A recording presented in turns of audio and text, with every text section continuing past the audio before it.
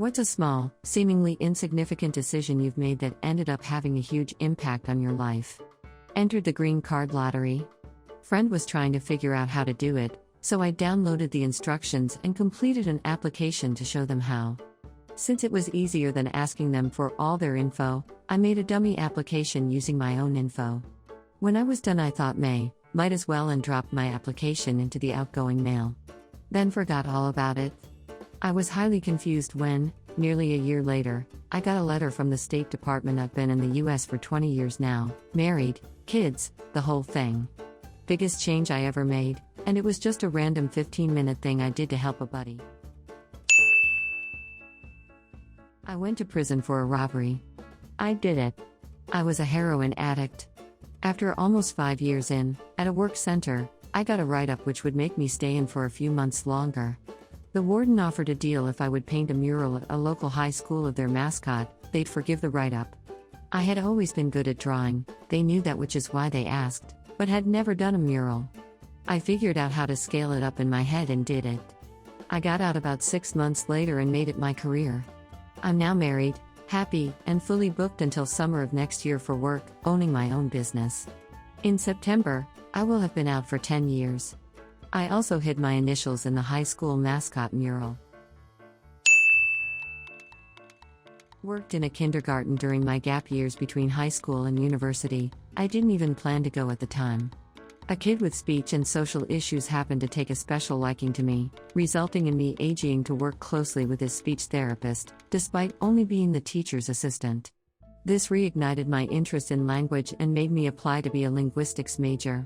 My high school grades made it a long shot, but it turns out that very year they tested out a new system of accepting 50% of students based on motivational essays, to try to combat a high dropout rate in linguistics.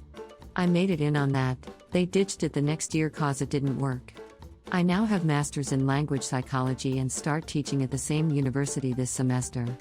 If I had applied literally any other year, my chances would have been like lottery odds. On Friday, 1st of August 1997, I was going to go straight home from work, but a colleague talked me into going to the pub for a quick pint. 2 hours, a couple of shared joints, and 4 pints later, I got on my push bike and made it about a quarter of the way home before coming off at the bottom of a steep hill and nearly getting killed. I was supposed to be going on a residential course the following Monday, but I was in hospital. I had to rebook onto another sitting, 5 weeks later, and 300 miles away. And that's where I met my wife, who was living overseas at the time, but by coincidence was planning to move back to where she grew up, literally walking distance from where I was living at the time. Not only did the accident cause me to meet the woman currently sitting next to me on the sofa, but forced me to completely reassess my life. I got my drinking and drug abuse under control, and have since gone sober, and got me off the self-destructive path I was on. Deciding to talk to someone who was angry at his results during a testing class, we were both 15M. We became best friends incredibly quickly, having incredible fun together, wanted to start our rock band. Hell, he fell in love with a girl and I was heads over heels for her own best friend. What a crazy time. But Wynn died just 2 months after that. Of course, everything just crashed down. At the funeral, I was the only representative from high school with our French teacher, with whom he practiced theater. When she mentioned it to me, I proposed to take his place in the play that was being prepared for the end of the year.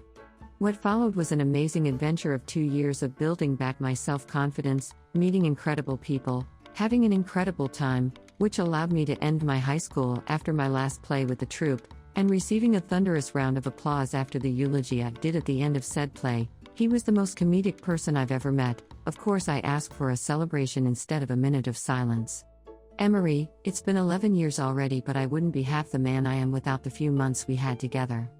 Just like you, I don't believe in life after death, but if there's one person I'd be dying to meet again, of course that'd be you, bloody moron. 18 years ago, I had gone to Dallas to see someone for the first time whom I had met online. Those were the days of AOL chat rooms. Went to a movie and a dinner, came back to my hotel, and by 9 p.m. was already asleep. Then another girl calls me and wakes me up. She knew I was coming to Dallas to meet another girl. I was annoyed that my sleep was disrupted.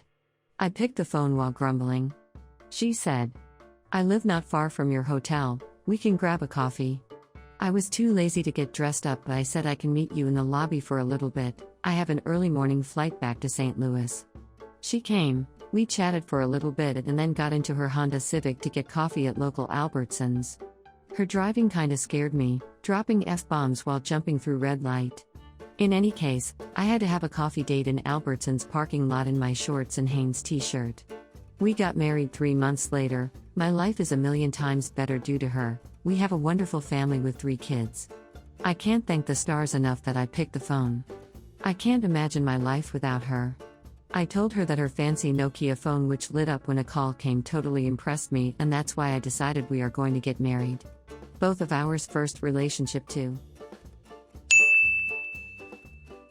Broke up with my high school sweetheart before college because I didn't want a long-distance relationship. I would come to regret it and miss her miserably over the next 5 years, even while dating other people. I would stalk her MySpace pics, yes I'm that old, and she just got more and more beautiful every day. One day, my friends were grabbing a bite to eat then heading to the local mall. They invited me but I wasn't feeling it and absolutely refused to go. They managed to talk me into it. Long story short, I bumped into that old flame at the Sunglass Hut and the rest is history. Happily married for 12 years with a great life and 2 amazing kids. I always think about what would have happened, or not happened, if I had the will to say no to my friends just one more time. It just seems so improbable to me how my life turned on that one decision. I visited my late father's childhood hometown to take part in a family reunion kind of event. Before I left, I asked through Facebook if any of my old classmates, I went to a vocational school a couple of towns over, would like to meet. Didn't think much of it. I ended up meeting a classmate and her family in my dad's hometown, and staying over the night and making business plans. Due to these plans, I ended up moving to the town a year after. The plans fell short due to illness, but regardless, I ended up getting my first permanent summer job in my life. I had never dated or been in a relationship before, but in a few years of time, I ended up dating my classmate's stepson. I've met way more people and gained way more hobbies, interests, and experiences than I ever did living elsewhere. I've had my happiest 6 years in my life while living here. Now we're looking into moving to the UK, which equally excites and terrifies me. And this all started because I asked if anyone wanted to see me on a whim.